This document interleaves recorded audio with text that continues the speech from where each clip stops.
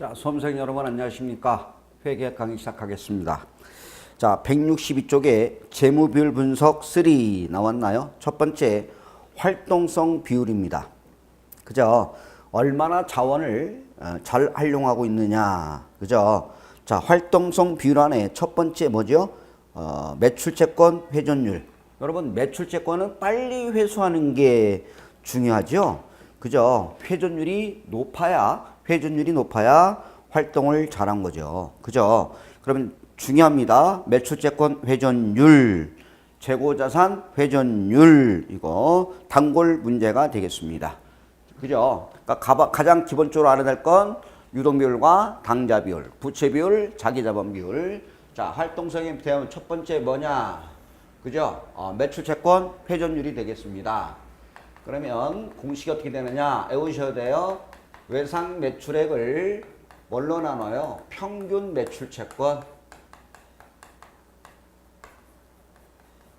그러면 매출채권 뭐가 돼요? 회전율이 되겠습니다. 그죠? 매출채권 회전율 이렇게 되겠습니다.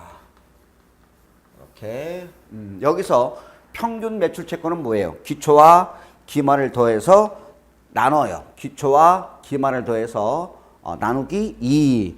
문제에서 평균 매출채권으로 주어질 수도 있겠고요. 아니면 기초 매출채권하고 기말 매출채권을 주어지면 나누기 2에서 평균 매출채권을 구하셔야 됩니다. 됐나요? 오케이. 매출채권 회전율 이거죠. 자, 이렇게 되겠고요. 그 다음에 두 번째 뭐가 나왔나요?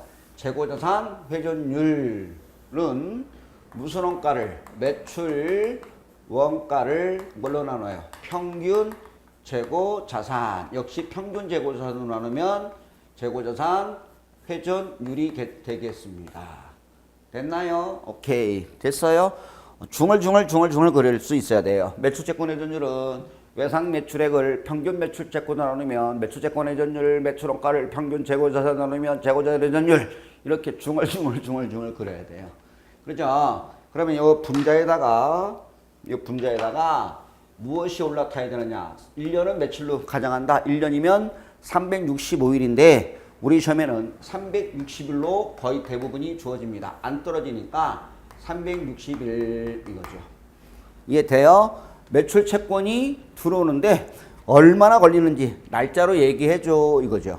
매출 채권이 들어오는데 외상대금이 깔렸다가 외상대금이 들어오는데 매출 채권이 들어오는데 얼마나 걸리는지 날짜로 얘기해줘. 그죠? 이것을 우리는 뭐라고 그러냐? 매출 채권 회수 기간. 그러면 360일을 회전율로 나누면 뭐가 돼요? 매출 채권 회수 기간이 되겠죠. 매출채권이 들어오는데 얼마나 걸리는지 날짜로 얘기해줘. 매출채권 회전기간 이렇게 얘기하죠. 매출채권 회전기간. 그죠? 그 다음에 요걸 나누면 360일을 재고자산 회전율로 나누면 창고에서 얼마나 불티나게 팔려나가느냐 이거죠. 들어와서 팔리는데 얼마나 걸리느냐. 그래서 얘를 뭐라고 그래요? 재고자산 뭐예요? 회전기간 또는 회수기간 같은 거죠. 그러면 이걸 두 개 더한 것을 우리는 뭐라고 그래요? 정상영업주기라고 하죠. 상품을 사서 팔고 돈 될 때까지를 얼마나 걸리니? 정상영업주기. 됐나요? 오케이. 이렇게 되겠습니다. 자, 여기서부터 여기까지 세팅이 돼야 돼요. 자, 다시 한번 확인합니다. 외우세요. 자, 여기 보셔요. 자, 갑니다. 외상 매출액을 평균 매출채권으로 나누면 매출채권 회전율, 매출원가를 평균 재고로 나누면 재고자산 회전율, 분자 뭘 얹혀요? 360을 얹히면 매출채권 회전기간, 회수기간, 그리고 재고자산 회전기간을 더하면 뭐가 나온다? 정상영업주기 세팅을 하셔야 됩니다. 됐죠? 오케이. 그리고 우리 시험에는 이렇게 나올 수 있겠죠. 정상 영업주기는 180일이야. 며칠? 180일이야. 이때 무엇을 물어봤느냐? 외상 매출액은 얼마고 요걸 물어볼 수 있겠죠. 완전히 옆구리를 파버렸다. 그러면 해서 얘를 찾으셔야 되고요. 감정평가사 문제는 매출원가를 물어볼 수 있겠고요. 됐나요? 또 물어볼 수 있는 건 이 외상 매출액을 매출액에서 뭘 빼요? 매출원가를 빼면 무엇이 계산된다? 매출 총 이익을 물어보는 문제도 시험에 출제될 수가 있다. 아셨죠? 반드시 하셔야 돼요. 멋있죠, 그림? 여기까지 쭉 가야 됩니다. 다시 한번 할까요? 자, 여기 보셔요. 보지 마시고 중얼중얼 그리는 거예요. 외상 매출액을 평균 매출채권으로 나누면 매출채권 회전율, 매출원가를 평균적으로 나누면 재고자산 회전율 360을 올라타면 매출채권 회전기간, 회수기간, 매출채권이 들어오는데 얼마나 걸리는지 날짜로 얘기해줘. 그러면 이게 뭐냐? 매출채권 회전기간. 창고에 있었는데 얼마나 푸짐하게 팔려나가느냐. 사와서 얼마나 팔려나가느냐. 재고자산 회전기간. 그러면 두 개 더하면 뭐가 된다? 정상 영업주기. 이때 외상 매출액에서 매출원가 빼면 뭐가 나온다? 매출총 이익까지 연습을 하셔야 됩니다. 그런 내용이 자 교재 나와 있죠? 오케이. 그리고 매출채권 회전율 밑에 재고자산 회전율 나왔고 밑에 보면 재고자산 평균 회전기간과 회수기간 나왔나요? 1년 365일 매출채권 회전율 나누면 매출채권 회수기간 1년 365일을 재고자산 회전율로 나누면 재고자산 평균 회전기간. 이때 영업주기는 매출채권 회수기간에다가 재고자산 회전기간을 더하면 정상 영업주기. 됐나요? 정상 영업주기가 뭔가요? 그 밑에 나왔죠. 판매나 제조를 위한 재와 용역을 취득한 시점으로부터 판매로 인한 현금의 회수 완료 시점까지 소요되는 기간을 말한다. 이때 상품 매매의 정상 영업주기는 재고자산 회전기간과 매출채권 회수기간을 합하여 계산할 수 있다. 이렇게 되겠습니다. 됐나요? 밑에 총자산 회전율 나왔나요? 총자산 회전율은 이거죠. 갖고 있는 자산을 가지고 얼마나 매출을 찍어내느냐. 이게 총자산 회전율 그랬으니까 평균 총자산 대비 매출액을 얼마나 찍었냐. 총자산 회전율. 됐나요? 자기자본 회전율은 자기자본 대비 매출액을 얼마나 찍었느냐. 이렇게 총자산 회전율, 자기자본 회전율까지 참고로 보시면 되겠고요. 자, 이렇게 해서 그러면 따끈따끈할 때 우리 기출문제가 어떻게 출제되는지 한번 최근 기출문제를 풀어보겠습니다. 자, 다음 자료를 이용하여 매출원가를 물어봤네요. 뭘 물어봤어요? 매출원가. 그죠? 여기서 모든 이슈가 다 끝나요. 됐어요? 오케이. 접수됐죠? 자, 그러면 외상 매출액을 물어볼 수 있다고 그랬고요. 그 다음에 매출원가를 물어볼 수 있다고 그랬는데 여기서 물어본 건 뭐냐? 매출원가 이거죠? 여기 있네요. 그러면 딱 보는 순간에 들어갑니다. 매출원가 몰라. 오케이. 됐나요? 오케이. 그런데 나왔나요? 다시 여기다 밑에다 쓸까요? 자, 매출원가는 몰라. 오케이. 그런데 평균 재고 구할 수 있나요? 오케이. 기초와 기만을 대해서 나누기 2로 나누시면 돼요. 그러면 9만원, 21만원, 30만원 나누기 하면 얼마? 15만원. 오케이. 그러면 회전율이 되겠죠? 회전율. 돼요. 오케이. 그런데 재고자산 회전기간이 며칠 걸려요? 120일. 맞아요? 그럼 분자 뭐가 올라타요? 360일 이거죠. 그랬더니 매출채권 창구에서 얼마나 며칠 만에 팔려나갔냐 이것더니 회전기간이 120일 이렇게 되겠네. 이거죠. 자, 그죠? 얼마나 걸려요? 30초. 30초 만에 푸셔야죠. 그러면 360 나누기 120이니까 몇 회? 3회 곱하면 3일은 3, 3, 5, 15 얼마? 매출원가는 45만원 겁니다. 이렇게 되겠죠. 보세요. 이거 몇 초 걸려요? 결국은 공식이에요. 그죠? 매출원가 나누기 평균재고 회전율 360일 120일 나누면 3 곱하면 45 끝. 오케이. 이렇게 풀어봅니다. 됐나요? 오케이. 자, 그 다음 문제 2번 들어갑니다. 주식회사 한국은 정상 영업주기를 매입해서 판매 후 대금 회수 시점까지 기간으로 산정합니다. 사와서 팔고 돈 될 때까지를 산정으로 한다. 이때 한국의 정상 영업 주기. 이게 우리 시험 20회인가요? 21회인가요? 어이, 껌이다. 껌. 왜 껌이에요? 회전율이 다 주어졌어요. 그죠? 그러면 가볼까요? 자, 먼저 매출채권 회전율 주어졌나요? 자, 필요한 공개에 자료가 총자산 회전율, 매출채권 회전율, 매입 채무 회전율, 재고자산 회전율. 4개를 다 봐가야 마음 편한 거 아니에요? 필요한 공식만 가서 대입시키면 답이 나오잖아요. 얘도 30초 껌이다. 이걸까요? 자, 보세요. 매출채권, 외상 매출액을 평균 매출채권으로 나눴더니 회전율 몇 회? 예? 매출채권 회전율 5회 이거죠. 분자 몇 회가요? 1년은 며칠로 가져간다. 360일. 그럼 며칠 걸리나요? 72일. 맞나요? 72일. 5, 7에 35, 5, 6에 72일. 됐나요? 자, 밑에 거 갑니다. 재고자산 회전율 몇 회? 4회. 분자 360일. 오케이. 4, 46 며칠? 40일. 오케이. 됐나요? 그러면 정상 영업 주기는 며칠? 162일. 죄송합니다. 이게 90일이네. 4, 9, 36에서 90일 이렇게 되겠죠. 90일. 그러면 정상 영업 주기는 70일에다가 90일 더하면 며칠? 142일이 정상 영업 주기다. 보세요. 껌이잖아요. 그죠? 매출채권 회전율 5회 360, 72일. 재고자산 회전율 4회 360, 90일. 더하면 142일. 이런 것들은 맞출 수 있어야 돼요. 아셨죠? 오케이. 고맙습니다. 넘어갑니다. 자, 재무별 분석이 나오죠? 테마 78에 재무별 분석. 다시 한번 여러분 제가 부탁 하나 말씀드리죠. 잘 안 불리신 분들은 이거를 공식을 암기했는데도 어려워 그럴 수 있어요. 근데 일단은 공식을 암기를 하고, 그죠? 많은 문제를 접하면 껌이에요. 그죠? 처음에는 낯설지만 자주 보니까 어때요? 할만하잖아요. 이거를 여러분들이 직접 중얼중얼 그러셔야 되고 한번 직접 써보세요.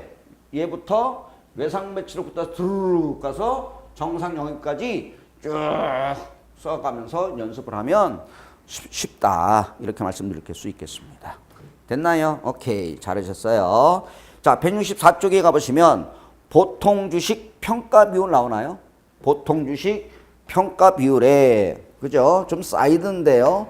사이드인데, 첫 번째, 우리 주당 순이익 기억나시죠? 주당 순이익은 당기 순이익에서 우선주 배당금 빼, 그리고 가중평균 유통 보통 주식수로 나눠서 구한다. 이때 가중평균 유통 보통 주식수는 뭐냐? 이거죠.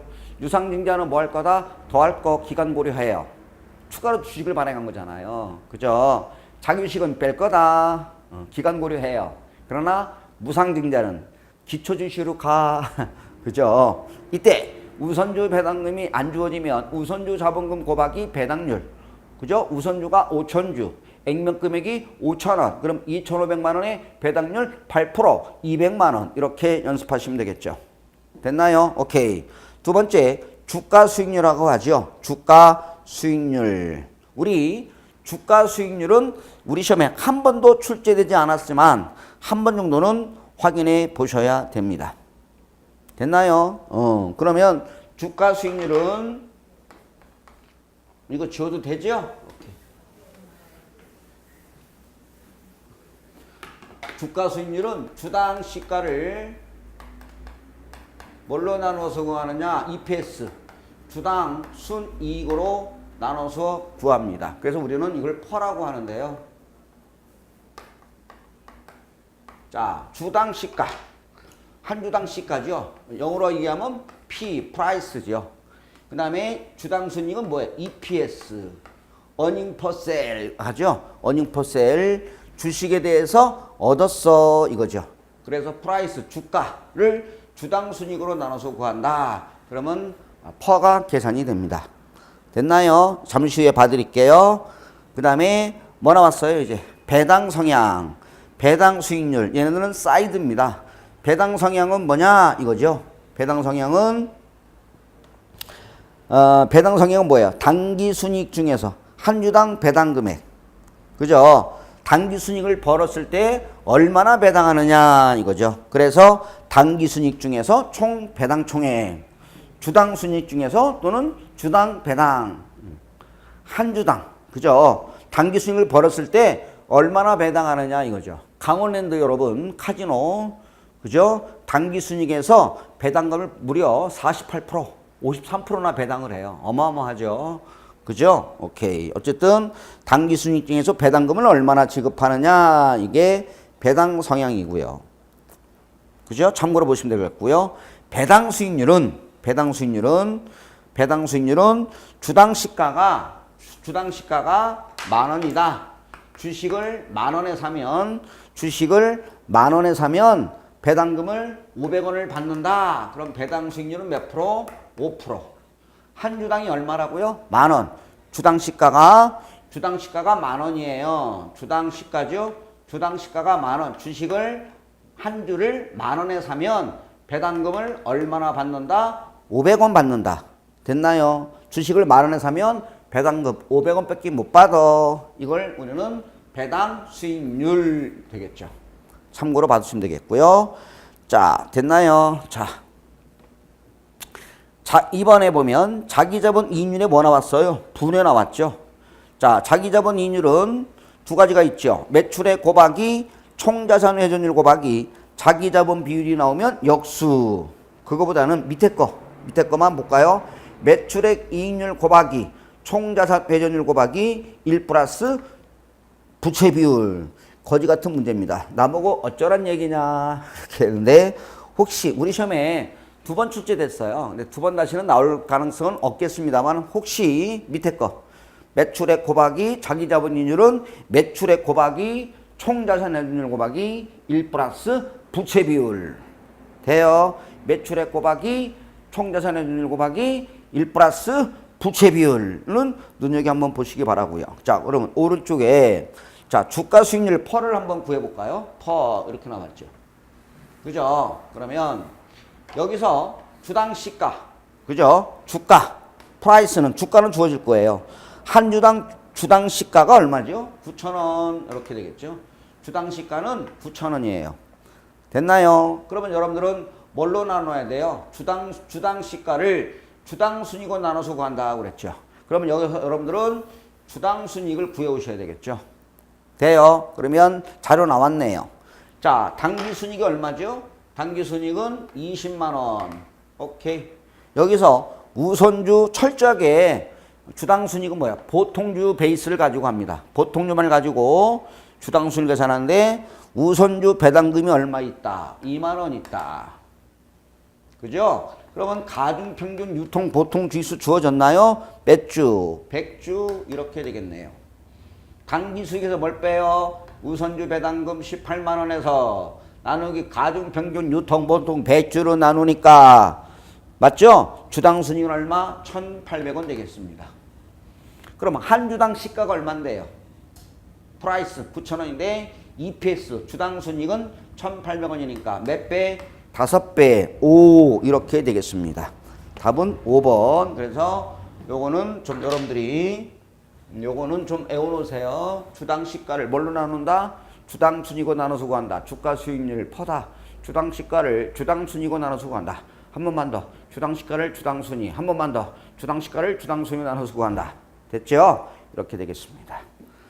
자, 밑에 2번 볼게요. 다음 재무 비율간에 이용하여 자기자본 이익률 ROE라고 하는데 어떻게 되느니 이거죠. 우리 기출문제가 되겠습니다. 자, 자기자본 이익률은 자 어떻게 되죠? 자기자본 이익률은 나왔네요. 자기자본 이익률은 몰라 이렇게 되겠죠. 자기자본 이익률은 매출액 이익률 10% 0.1 곱하기 돼요. 지금 물어본 게 뭘 물어봤다고요? 자기자본 이익률.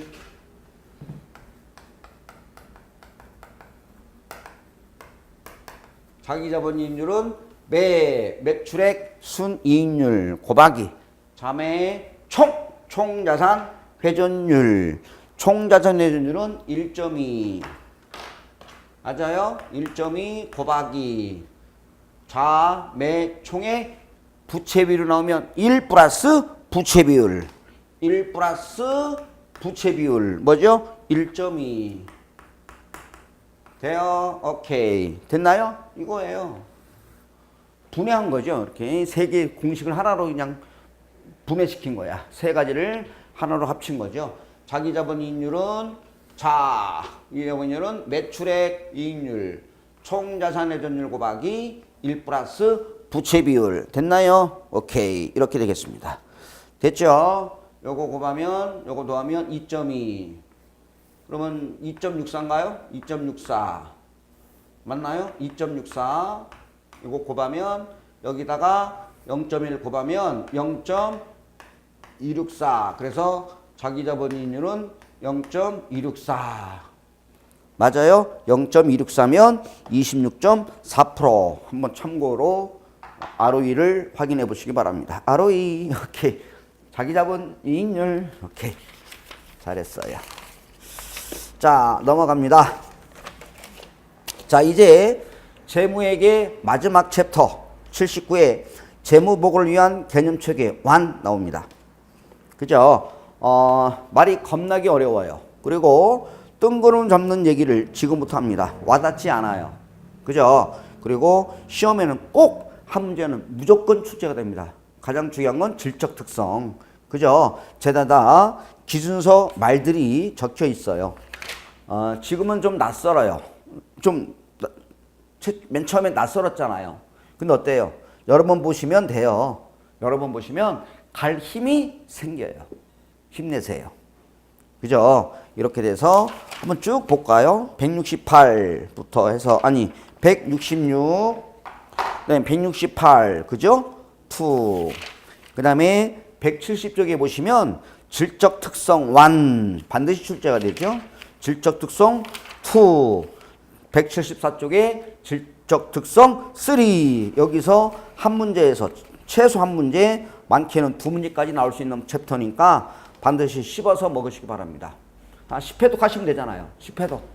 먼저 여러분들이 우측에 문제가 있겠습니다만 문제를 풀기 전에 먼저 요약을 쫙 읽고 그리고 따끈따끈할 때 문제 푸시면 바로바로 이 답이 튀어나와요.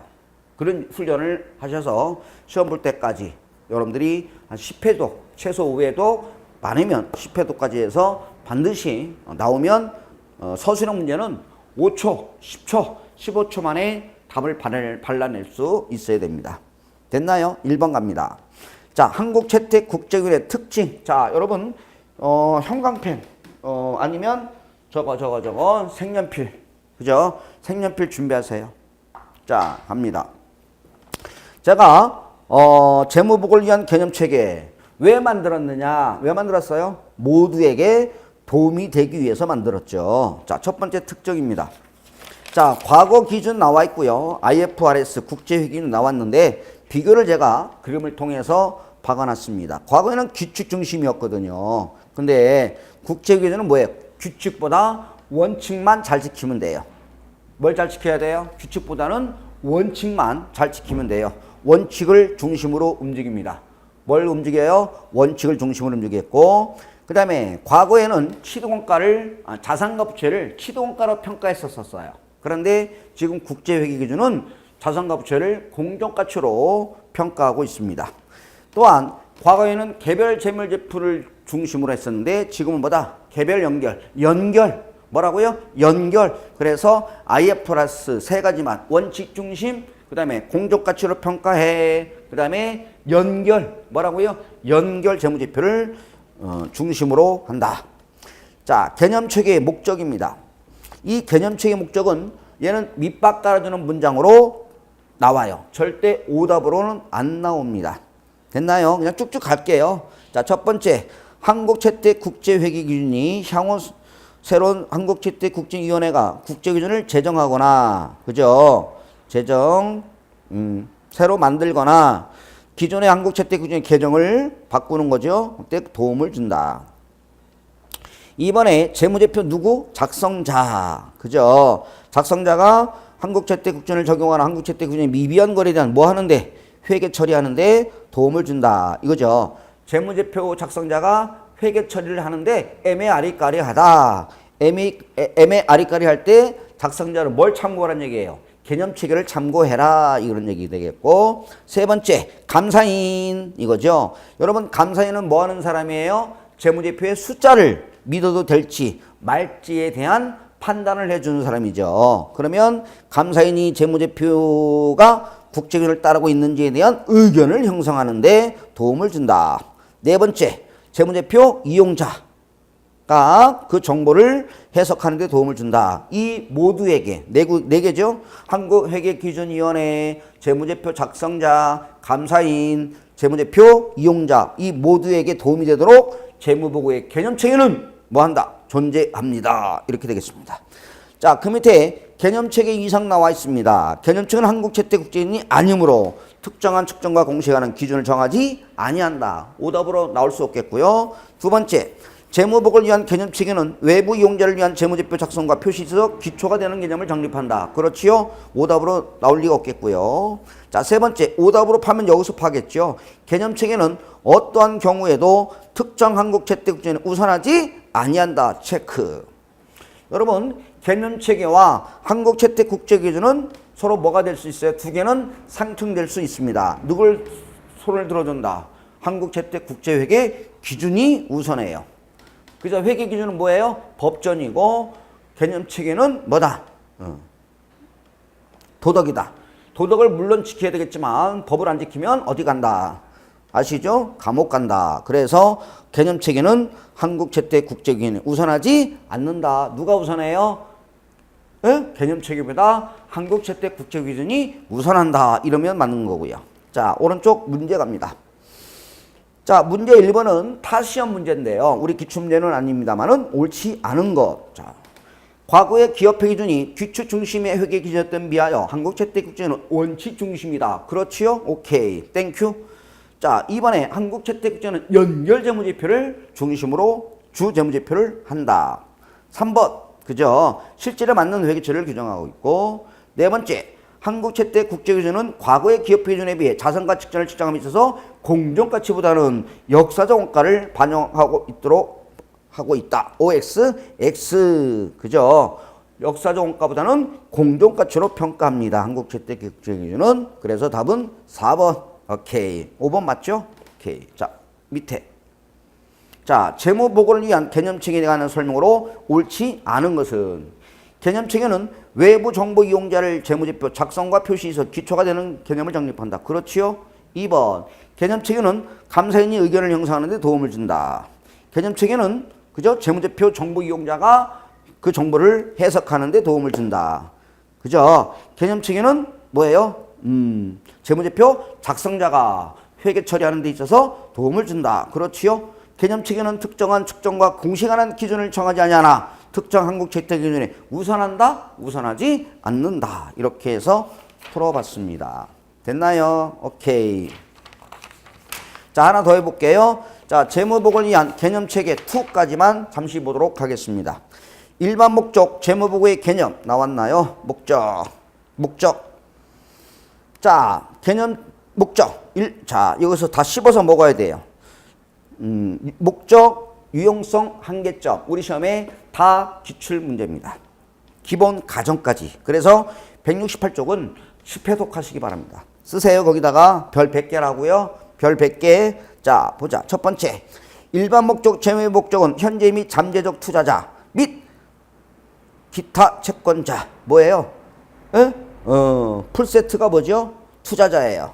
뭐라고요? 투자자. 잠재적 투자자. 앞으로 주식 살까 말까? 돈을 빌려줄까 말까? 잠재적 투자자도 일반 목적의 대상입니다. 됐나요? 그러니까 목적은 뭐야 한마디로? 투자자가 의사결정할 때 유용한 정보를 주고 싶은 거죠. 그죠? 어쨌든 되겠고요. 역시 이 목적은 밑밥 깔아주는 문장으로 나와요. 절대 오답으로 안 파요. 자, 유용성 갑니다. 자, 1번 목적 재무보고서는 보고기업의 재무상태에 관한 정보를 제공하겠고요. 그죠? 즉 기업의 경제적 자원과 청구권에 대한 정보를 제공한다. 또는 재무보고서는 보고기업의 경제적 자원과 청구권 변동을 변동시키는 거래와 그 밖의 사건의 영향에 대한 정보도 제공한다 보시면 되겠습니다. 우리 시험에는 한계점이 우리 시험에 다 출제됐죠. 그죠? 첫 번째 한계점 1번 갑니다. 자, 1번 목적 점의 보고서는 잠재적 투자자, 대여자, 기타 채권자가 출제세요. 모든 정보를 제공하지도 않으며 제공할 수도 없다. 모든 정보를 제공하지도 않으며 제공할 수 없다. 여러분, 제가 랜드풀에서 얼마 받는지 재무제표에 나와요, 안 나와요? 안 나와요. 강세에 대한 디테일한, 그죠? 계약 내용은 보고할 수가 없습니다. 알 수 없어요. 제가 월급 얼마 받는지 알아서도 안 돼요. 아셨죠? 오케이, 되겠고요. 모든 정보를 제공하지도 않으면 제공할 수 없다. 그런데 시험에 어떻게 오답을 팔까요? 모든 정보를 제공한다. 그러면 오답으로 팔 수가 있겠습니다. 2번 또 줄지세요. 일반 목적 재무보고서는 보고기업의 가치를 보고요 주기 위해 고안된 것은 아니다. 줄지세요. 그러면 시험에 오답을 어떻게 팔까요? 보고기업의 가치를 보여주기 위해 고안된 것이다. 이렇게 오답을 팠고요. 팔 수 있겠죠. 그죠? 보고기업의 가치를 보여주면 안 돼요. 자, 여러분 랜드프로 가치가 얼마나 될까요? 100억 될 거예요. 100억짜리예요. 그래도 재무보고서에도 어디에도 랜드프로가 100억이야 라는 얘기는 있어요, 없어요? 없어요. 아셨죠? 오케이. 그 다음에 그럼에도 불구하고 현재 및 잠재적 투자자가 기타 가치를 줄쳐요. 가치를 뭐 하는데? 고안된 것은 아니겠지만 투자자들에게 그 보고기업의 가치를 뭐 하는데? 추정 줄쳐요. 보고기업 가치를 추정하는데 도움을 주는 정보를 제공한다. 그러니까 보고기업의 가치를 추정하는데 도와주는 거예요. 세 번째, 재무보고서는 정확한 서술보다는 줄쳐요. 상당 부분 추정, 판단 및 모형에 기초한다. 이거죠. 됐나요? 자, 보세요. 건물 10억 주고 샀습니다. 10년 쓸 거야 라고 뭐 했어요? 추정했어요. 상당 부분이 뭐가 들어가요? 추정이 들어가죠. 그죠? 그러면 우리는 10년 동안에 N방에서 뭐 해요? 삼각하죠. 이거 다 뭐예요? 추정이에요. 됐나요? 자, 보세요. 매수채권 100만 원 받을 것이었는데 10% 야밤 돈 줄 것 같아 하고 느낌 팍 받았을 때 우리는 대손상각비, 손상차손을 인식하잖아요. 그죠? 이것도 추정에 의해서 재무제표는 작성돼요. 재무보고서는. 됐나요? 2번. 자, 기본 가정입니다. 얘도 시험에 잘 나오죠. 기본 가정. 자, 줄지세요. 재무제표는 일정한 가정에 작성되면 그러한 기본 가정은 줄쳐요. 계속 기업이 있다. 기본 가정은 유일하게 한 가지를 제시합니다. 그럼 틀려요. 뭐가 있다. 계속 기업과 발생료도 있다. 딱 하나. 뭐예요? 계속 기업을 기본 가정으로 깔고 갑니다. 됐나요? 기본 가정은 딱 하나, 계속 기업 가정을 깔고 갑니다. 이렇게 되겠고요. 줄쳤나요? 오케이. 자, 또 줄치세요. 재무제표는 일반적으로 기업이 계속 기업이면 예상 가능한 기간 동안에 영업을 뭐 할 것이다? 계속 할 것이라는 가정하에 재무제표를 작성합니다. 그러나 또 줄치세요. 아니, 볼까요? 경영활동을 청산하거나 그만둘 거야. 중요하게 축소할 의도를 필요성을 가지고 있지 않다는 가정을 정의하며 만약 이러한 의도가 필요성이 있다면 재무제표는 계속 기업을 가정한 기준과는 다른 기준을 적용하여 타당할 수 있으며 이때 적용한 기준은 별도로 공시해야 된다. 이거죠. 그죠? 그러니까 기본 전제를 계속해서 사업을 계속할 거다라는 전제하에 여러분 인간은 언젠가 죽나요? 죽죠. 랜드프로도 언제까지 갈까요? 그죠? 회사가 죽을 수는 있다라는 것을 전제로 하는 거죠. 그래서 그 밑에 그림 그려놨나요?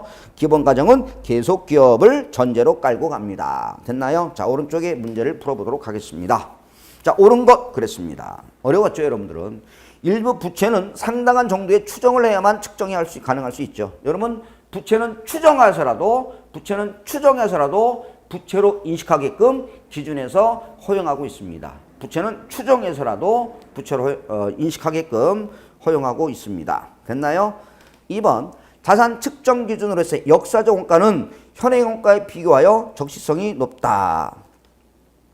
역사적 원가는 뭐 적시성이 높아요? 아니요. 믿을 수 있죠. 신뢰성이 높아요. 역사적 원가는 10년 전에 얼마 주고 샀니? 1억? 그래요. 믿을 수 있어. 신뢰성 있죠. 왜?